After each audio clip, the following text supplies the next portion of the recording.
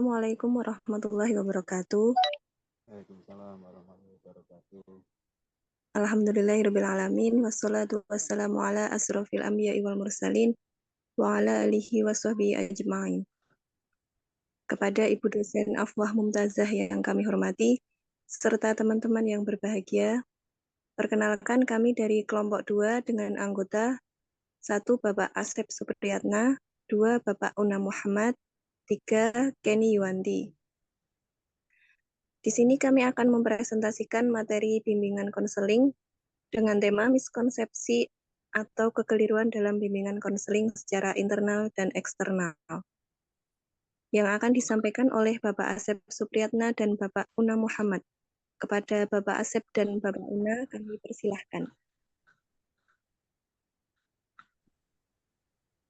Assalamualaikum warahmatullahi wabarakatuh. Waalaikumsalam. Waalaikumsalam warahmatullahi wabarakatuh.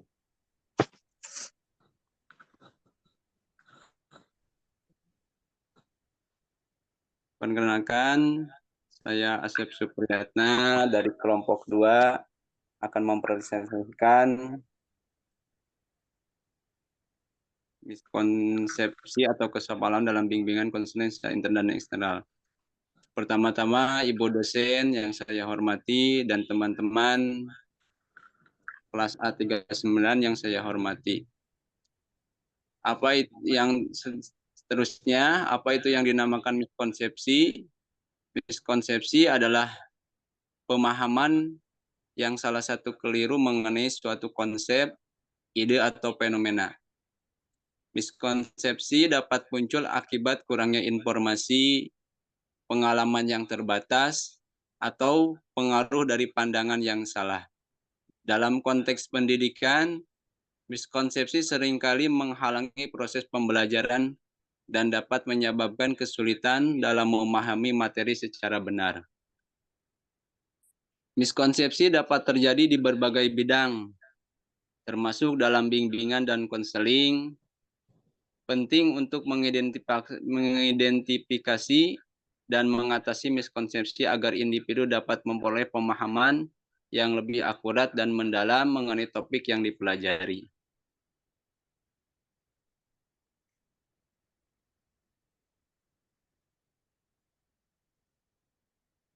Jadi dalam miskonsepsi ini perlu kita perhatikan yang mana dapat dilihat dari dua perspektif.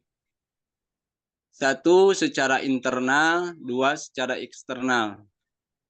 Yang mana secara internal dalam bimbingan dan konseling menuju pada aspek-aspek yang terjadi di dalam individu atau klien yang mempengaruhi proses bimbingan dan konseling, seperti pikiran, perasaan, dan sikap klien. Itu secara internal. Kedua, secara eksternal. Dalam bimbingan dan konseling merujuk pada faktor-faktor dan aspek-aspek yang berasal dari luar individu atau klien yang mempengaruhi proses bimbingan dan konseling, seperti lingkungan sosial. Ini penting kita perhatikan lingkungan sosial agar dalam penyelesaian bimbingan konseling tidak salah persepsi atau miskonsepsi. Secara internal, persepsi yang salah tentang peran konselor, banyak yang menggambar konselor hanya sebagai pemberi nasihat, padahal mereka lebih berperan sebagai pendengar dan fasilitator. Jadi persepsi ini terjadi pada konselor banyak menganggap sebagai pemberi nasihat, padahal dalam kenyataannya konselor itu hanya pendengar dan fasilitator, tidak hanya memberi nasihat saja gitu. Selanjutnya, stigma terhadap konseling. Ada anggapan bahwa meminta bantuan konselor menunjukkan kelemahan yang bisa menghalangi individu untuk mencari bantuan. Dalam hal ini perlu diperhatikan juga stigma terhadap konseling ini bukan ketika kita meminta bantuan konselor bukan kita kelemahan, karena kita sebagai makhluk sosial itu membutuhkan yaitu individu yang memerlukan bantuan orang lain. Dalam hal ini kita membutuhkan untuk memecahkan masalah yang kita hadapi untuk mendapatkan penyelesaian masalah yang lebih baik ke depannya. Selanjutnya, ketidakpahaman metode konseling. Beberapa orang mungkin tidak memahami pendekatan atau teknik yang digunakan, sehingga merasa ragu akan efektivitasnya. Jadi dalam hal ini banyak kesalahpahaman dalam memahami pendekatan teknik yang digunakan. Contohnya, dalam pendekatan dalam satu masalah. Mungkin di setiap daerah atau kota berbeda-beda di dalam menyelesaikan permasalahannya. Pendekatannya itu ada yang menggunakan pendekatan budaya, sosial, dan yang lainnya. Jadi ketika menggunakan satu pendekatan harus efektif. Dalam arti kita harus memerhatikan budaya dan lingkungan sekitar supaya tidak terjadi miskonsepsi. Ya, sekarang itu dari saya, dan selanjutnya silakan Mas Una untuk melanjutkan secara eksternal. Monggo. Ya Pak, terima kasih. Assalamualaikum warahmatullahi wabarakatuh. Melanjutkan dari keterangan Pak Asep, yang pertama dari secara internal dan selanjutnya adalah secara eksternal. Secara eksternal itu ada beberapa pandangan. Yang pertama, stereotip sosial.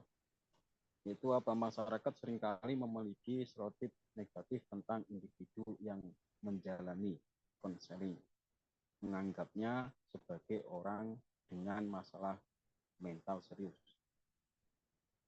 Yang nomor dua, kurangnya dukungan institusi. Di beberapa lingkungan, seperti sekolah atau tempat kerja, mungkin tidak ada dukungan yang memadai untuk program konseling, sehingga mengurangi aksesibilitas. Yang selanjutnya, persepsi budaya.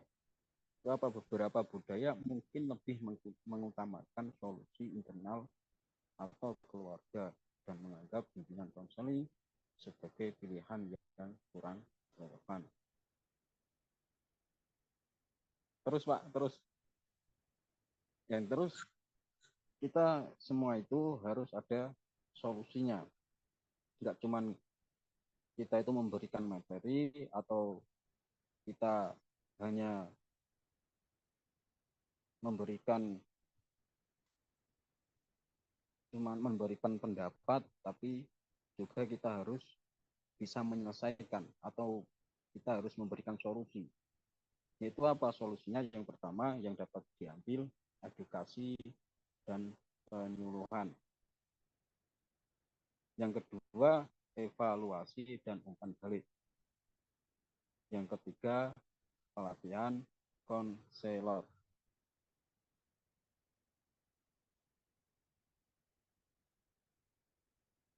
Terima kasih. Semoga bermanfaat. Dan saya serahkan lagi ke moderator.